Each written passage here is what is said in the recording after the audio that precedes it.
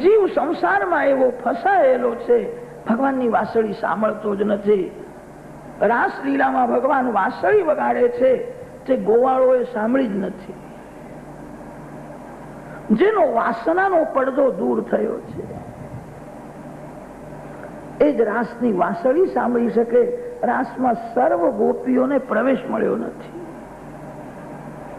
જે જીવને પ્રભુએ અપનાવ્યો છે, જેનો છેલ્લો જન્મ છે, જેનો પ્રેમ પરિપૂર્ણ થયો છે, એવા જીવને જ રાસમાં પ્રવેશ મળે છે. સાધારણ માનવ રાસલીલાની કથા કરવા લાયક નથી, અને સાધારણ માનવ રાસલીલાની કથા સાંભળવા પણ લાયક નથી. જેને વાસનાનો વિનાશ કર્યો છે, ચીરહરણ લીલામાં પ્રભુએ વાસનાનો વિનાશ કર્યો છે.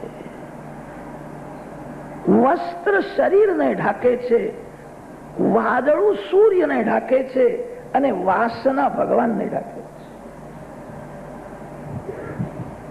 જગતને સૂર્ય પ્રકાશ આપે છે, પણ આકાશમાં થોડું નાનકડું વાદળું આવી જાય તો સૂર્ય દેખાતા નથી. વાદળું જેમ સૂર્યને ઢાકે છે, તેમ વાસના ભગવાનને ઢાકે છે. જીવ ઈશ્વર બંને સાથે જોવે છે.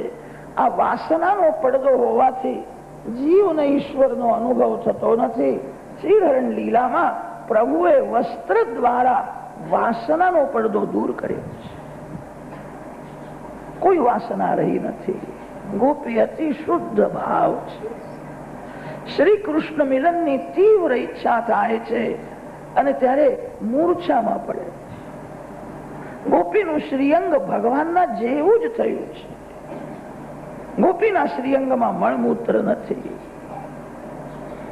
ગોપીનું શ્રીઅંગ દિવ્ય છે. ગોપી સ્ત્રી નથી ને ગોપી પુરુષ નથી. ગોપી શબ્દનો અર્થ ભાગવતમાં જ કર્યો છે.